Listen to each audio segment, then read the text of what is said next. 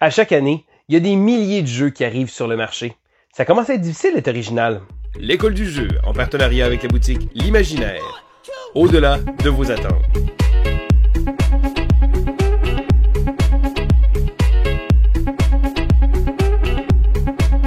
Bonjour et bienvenue à l'école du jeu. Mon nom est Sylvain et on se retrouve aujourd'hui pour un top 6 bien original. Je veux vous parler de mon top 6 des jeux innovateurs. Et là, vous le savez, être innovateur, ça s'en vient difficile parce que on se le cachera pas, il y a beaucoup de choses qui ont été faites dans le domaine du jeu de société. C'est difficile d'arriver avec un nouveau mécanisme, quelque chose de vraiment nouveau.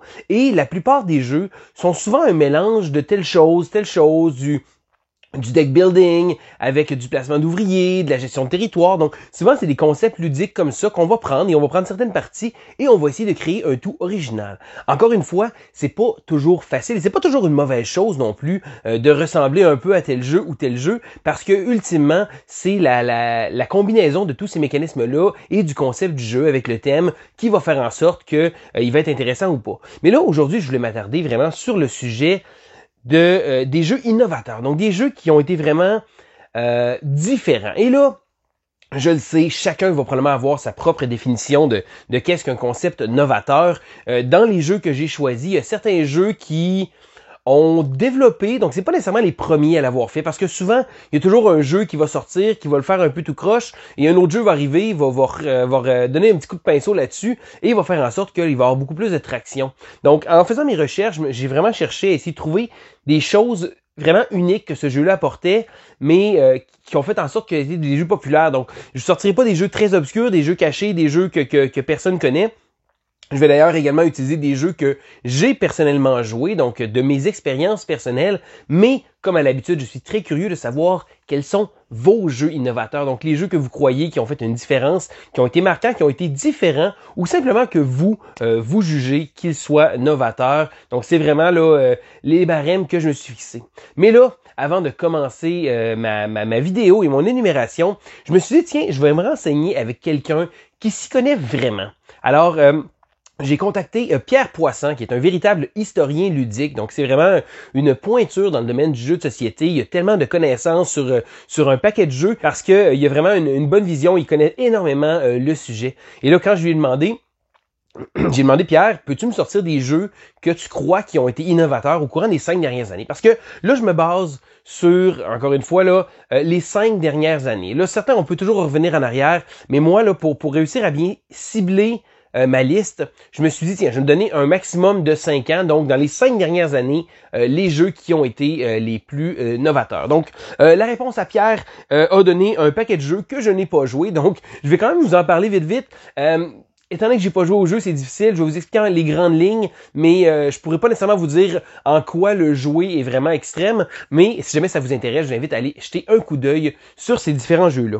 Le premier jeu qui m'a cité est un jeu qui s'appelle Atlantic Chase, un jeu de la compagnie GMT, un jeu de guerre, mais c'est un jeu de guerre navale. Donc, ça a l'air d'être un jeu assez costaud. Encore une fois, j'ai pas joué, c'est difficile de parler un peu d'un jeu que je connais pas trop. Un autre jeu qui s'appelle Dive, qui est sorti l'an dernier. Un jeu plus simple, celui-là, avec des cartes translucides. On va l'espèce de faire une plongée. Un jeu qui avait l'air très joli, d'ailleurs, ça m'a intéressé. Il m'a également suggéré Ghost of Christmas, qui est un jeu de levée qui va sortir, je crois, cette année ou qui est sorti tout récemment. Arkward Guess, qui est un jeu de déduction un peu différent. Donc, les parties vont se renouveler, ça va être différent à chaque fois. Je sais qu'à Accord Guest, il y a des gens qui m'en ont déjà parlé, qui m'avaient dit que c'était excellent. Spring Rally est un petit jeu de levée avec une course. Encore une fois, les jeux de levée peuvent se permettre des fois de renouveler un concept. Et le dernier jeu qui m'a mentionné est un jeu qui s'appelle Kami-sama, un jeu où il va y avoir du contrôle de zone, mais aussi avec des plateaux qui vont changer énormément. Malheureusement, je peux pas vous sortir de grandes lignes, de gros sujets, de vous en parler de long en large, mais ces jeux-là sont vraiment des jeux qui ont été différents. Mais ça, je voulais quand même commencer avec ces mentions-là, les mentions de Pierre. Donc, comme à l'habitude, bon, bien entendu, avant de commencer mon top 6, je vais y aller de quelques petites mentions spéciales. Premièrement, je tiens à dire, je sais qu'il y en a beaucoup qui vont en parler, je sais que c'est le jeu favori à JP, clin d'œil, c'est le jeu Seven Continent, le 7e continent, qui est un jeu qui est quand même assez original, une espèce de jeu d'aventure avec les cartes, la moyenne de sauvegarde également qu'il va avoir avec le jeu. Je n'y ai pas joué. Je sais que JP, c'est pas nécessairement dans ses bonnes grâces ce jeu-là, mais je sais que beaucoup de gens en ont parlé comme étant un concept assez original et un jeu assez original. Chose sûre, malheureusement, je n'ai pas eu l'occasion d'y jouer.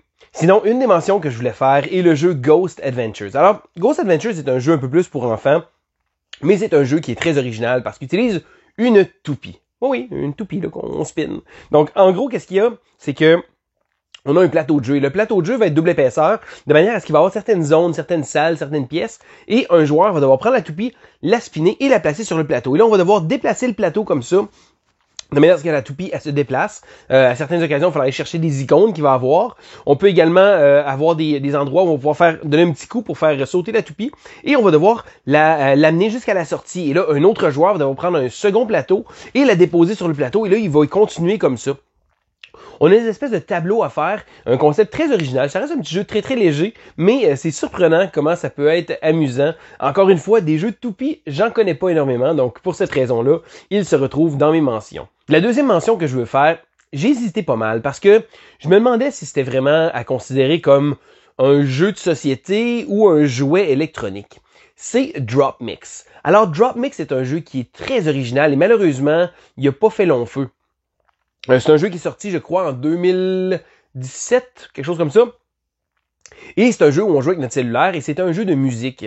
Ce qui se passait, c'est qu'on avait une espèce de plaque, on mettait notre cellulaire et là, on jouait des cartes. Et là, dans les cartes, il y avait une espèce de petite puce qui faisait en sorte que ça reconnaissait, donc selon les endroits. Ultimement, c'est un jeu de contrôle de territoire. Donc, on jouait des cartes sur différentes couleurs et là, ça faisait de la musique. Et là, ça faisait une espèce de beat, de musique, on se pensait presque comme un DJ. Un jeu très original. Borderline sur le jouet, mais je dois avouer que j'ai vraiment, vraiment apprécié. C'est un jeu qui était très, très original. On se le cachera pas. Hein. Ça fait la raison pour laquelle j'en parle aujourd'hui. Et malheureusement, la petite gimmick a été assez de courte durée. C'est certain que il y avait différents packs de cartes avec des styles de musique différents. Mais j'avoue que c'était assez impressionnant de point de vue technologique de voir comment il réussissait avec les cartes, de faire en sorte que la carte était reconnue par le plateau de jeu. Et c'était vraiment, vraiment sympathique. Ceci dit, Drop Mix, j'ai joué un petit peu, je l'ai eu. J'ai fini par le vendre parce que bon, c'est un peu gimmick, on se le cachera pas, mais c'était très original. Mais là, je pense qu'on est prêt maintenant à mon top 6 de mes jeux les plus innovateurs des 5 dernières années. Numéro 6. En 6e place, je parle de Keyforge. Alors, Keyforge est un jeu de duel qui ressemble étrangement à Magic the Gathering. La preuve, c'est le même designer, Richard Garfield. Mais la raison pour laquelle il va faire mon top, c'est le modèle d'affaires. Le modèle d'affaires de Keyforge était absolument unique. Bon, le concept, après quelques années, s'essouffle déjà un petit peu, mais à la base, Keyforge, justement, est un jeu de duel où on devait être le premier joueur à réussir à forger ses clés. Donc, on avait certaines clés à faire, on recevait du Ember, qui est une espèce de ressource, on jouait des cartes, on affrontait l'adversaire, des choses comme ça.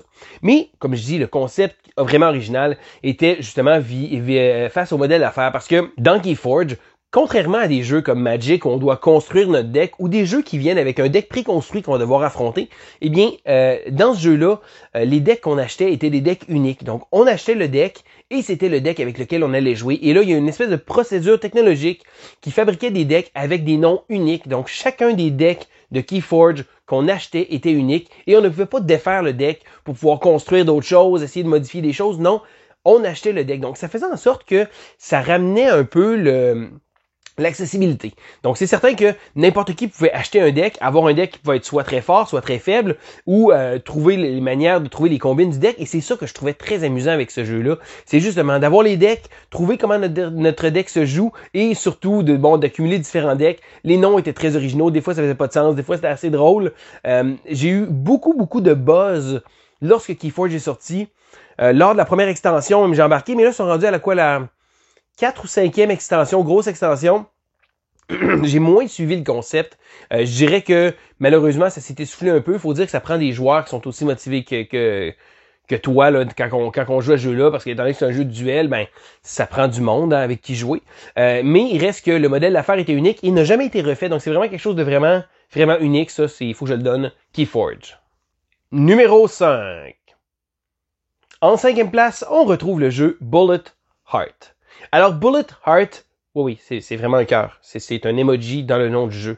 Je pense que même juste pour cette raison-là, il aurait peut-être pu faire le top. Donc, c'est vraiment un petit cœur. D'ailleurs, il y a une version Kickstarter, une nouvelle version qui va sortir, qui va s'appeler Bullet Star, avec une petite étoile.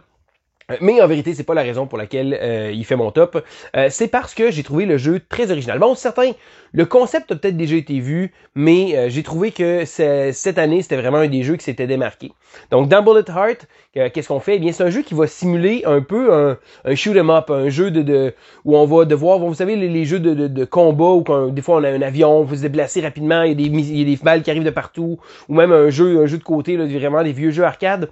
Et le fait que c'est un jeu avec un concept de temps réel. Donc, en gros, qu'est-ce qu'il va avoir? C'est qu'on va avoir un sac, on va piger des jetons. Et là, les jetons, on va les placer dans différentes colonnes. Et on va devoir faire des patterns. Donc, avec des pouvoirs, des habilités, déplacer les jetons dans les colonnes de manière à faire certains patterns, donc certains agencements de jetons pour pouvoir les faire partir de notre plateau. Donc, certains personnages vont dire, bon, quand on a l'équivalent d'une forme d'une croix sur notre plateau, on peut les enlever. Et là, on va déplacer nos petits marqueurs, mais le problème, c'est quand on va les piger, on va les placer, et là, il faut pas qu'ils réussissent à se rendre en bas. Donc, on a une espèce de petit côté, pratiquement un genre de Candy Crush, ou un jeu de cellulaire, on dirait, qui a été adapté. Et je trouve que pour ça, Bullet Heart est vraiment un jeu très, très original. Un jeu qui va demander un tempo assez rapide, là, c'est des parties qui sont très rapides, des rounds de 3 minutes. Le jeu vient avec une trame sonore, d'ailleurs, qui est vraiment fantastique, un côté thème jeu vidéo. Et c'est un jeu qui vient de la compagnie Level 99, qui font des visuels très animés, très manga. Je sais que ça va pas plaire à tout le monde, mais il faut pas s'arrêter nécessairement à ce visuel-là. Ça reste un jeu qui, en arrière de ça, le Level 99 d'ailleurs, sont vraiment excellents pour plein de choses. Mais j'ai trouvé que Bullet Heart était un jeu qui était vraiment, vraiment super, qui plaira pas à tout le monde. Encore une fois, là, il faut vraiment trouver du monde qui va aimer le stress que ce jeu-là va occasionner, mais vraiment le mélange qui fait presque prendre l'équivalent d'une application cellulaire et qui le fait dans un petit jeu avec beaucoup de tempo. Bullet Heart, c'est mon numéro 5. Numéro 4. En 4e position, je ne pouvais pas passer à côté de Gloomhaven. Gloomhaven. Donc, le jeu est sorti en 2017. Et non, ce n'est pas le premier jeu d'aventure, le premier jeu Legacy. C'est pas le premier jeu à utiliser une trame narrative non plus, parce que c'était un concept qu'on avait déjà vu. Mais c'est le premier jeu à avoir pris ces concepts-là et l'avoir explosé en puissance 1000. Gloomhaven est une aventure absolument exceptionnelle. Une espèce de jeu qui va se modifier, on va avancer, on va débarrer des nouvelles choses, des nouveaux personnages. On va avoir également un aspect narratif très important, des décisions qui vont nous affecter tout le reste de la partie, des cartes qu'on va détruire, après ça qu'on va modifier. Et le jeu est vraiment une aventure absolument unique. La raison pour laquelle, malgré le fait qu'il soit pas le premier à l'avoir fait, c'est vraiment un des premiers jeux qui a eu un gros buzz. Le jeu est arrivé comme une massue, le jeu est arrivé comme un bulldozer. Il y a vraiment, tassez-vous de là, Gloomhaven arrive, venant d'un designer qui avait pas fait grand-chose, il avait fait quelques jeux à peine, mais Isaac Childress est arrivé et a vraiment pris le monde du jeu de société d'assaut avec un jeu qui s'est hissé en numéro 1 des jeux de tous les temps. Donc, Gloomhaven a abattu tellement de barrières venant d'un petit designer, une petite compagnie. Les gens qui sont nouveaux dans le hobby vont peut-être avoir déjà entendu parler de Gloomhaven, mais Gloomhaven, c'est vraiment un petit projet indie. C'est vraiment un projet qui vient de la tête d'un gars qui est vraiment incroyable. Là. Le designer est vraiment exceptionnel et il a réussi à créer une espèce de grosse boîte épique. Donc, on se le cachera pas, méga boîte, mais ça reste un jeu absolument incroyable. Et malgré le fait que Gloomhaven, ça fait longtemps que je l'ai pas sorti, qui est comme de côté, il a été mis un peu à l'écart, il ramasse un peu la poussière, ça reste que ce jeu-là a été vraiment important dans le domaine du jeu de société. Il a vraiment repoussé énormément de barrières, Gloomhaven.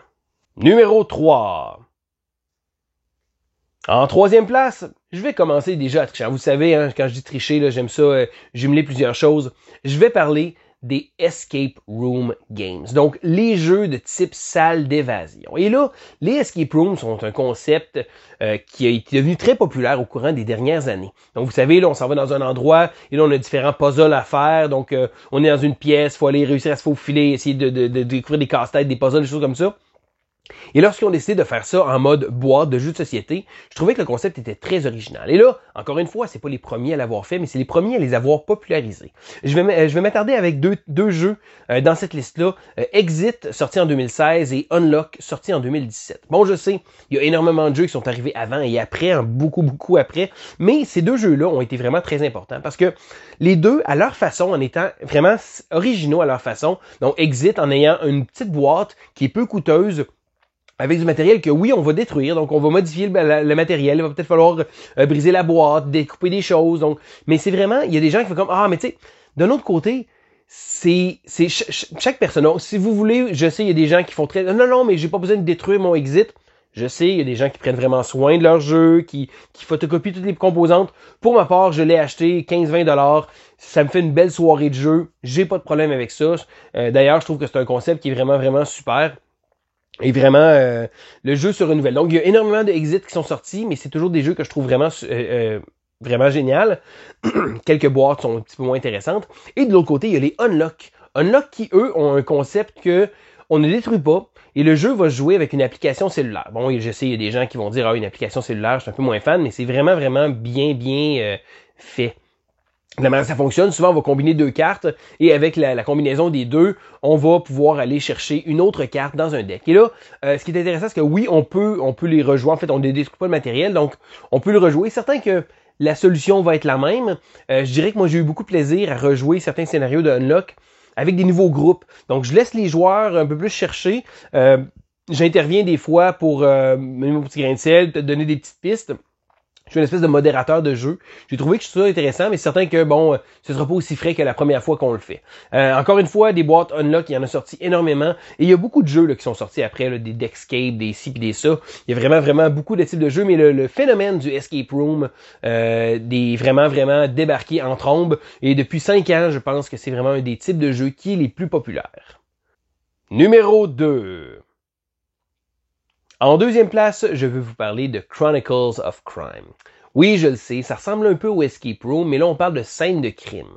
Mais la raison pour laquelle je le place en numéro 2, c'est pour l'utilisation de l'application. Et là, non, ce n'est pas le premier jeu à utiliser une application. Unlock le fait également, mais aussi un jeu qui s'appelait World of Yoho, un jeu de pirate où on avait nos choses sur notre cellulaire et on le plaçait sur un plateau de jeu.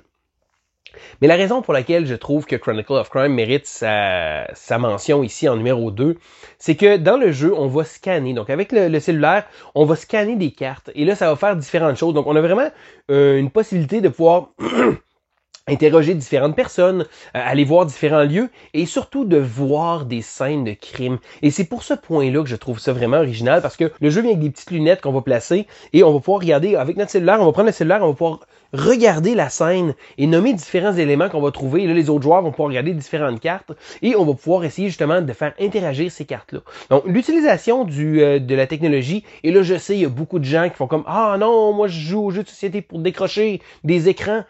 Vous avez pas tort et je voudrais pas que tous les jeux utilisent ça, mais quand un jeu l'utilise aussi bien que Chronicle of Crime, je trouve que ça mérite une mention parce que c'est vraiment un jeu que j'ai trouvé le fun. C'est un jeu qu'on peut jouer avec des gens qui sont beaucoup moins joueurs.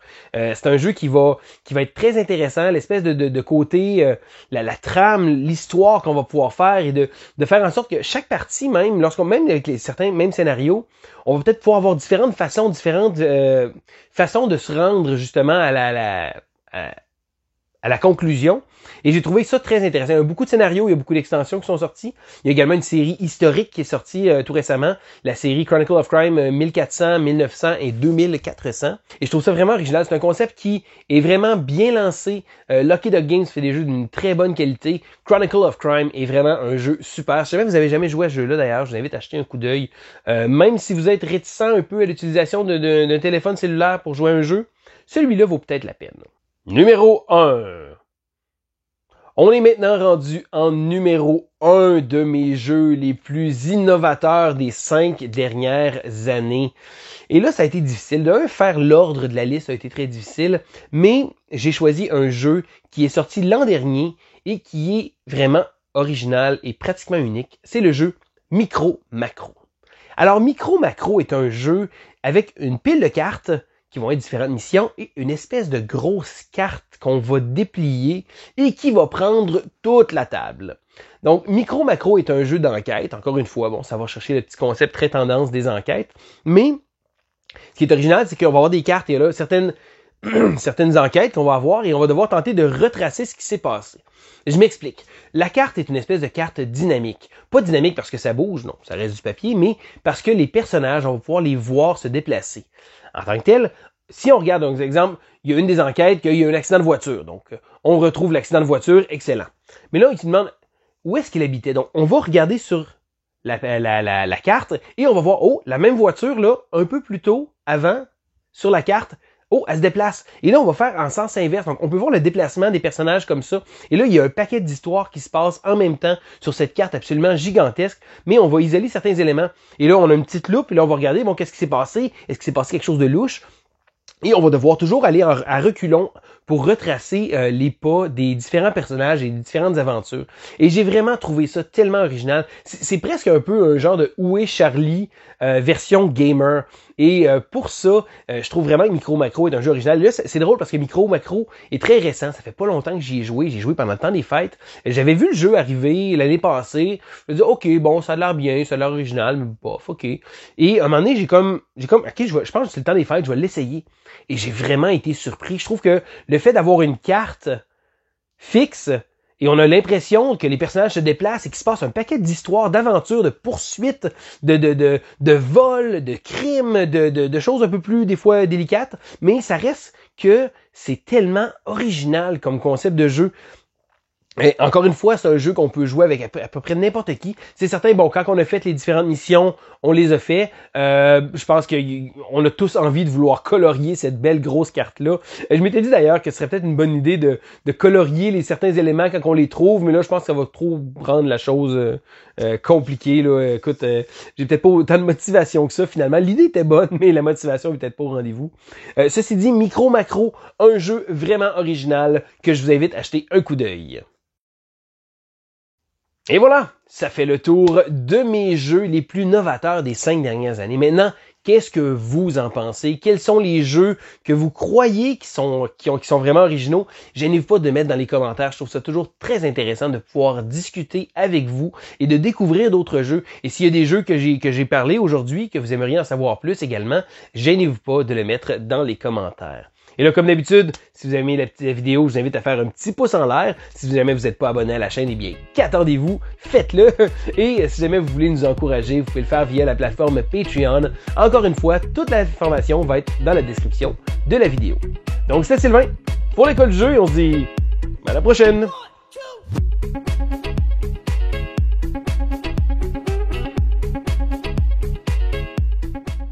Ouh, il fait froid en Beauce. Est-ce que c'est enfin le moment où JP s'est débarrassé de son 7e continent? Ben non, va falloir que j'attende encore.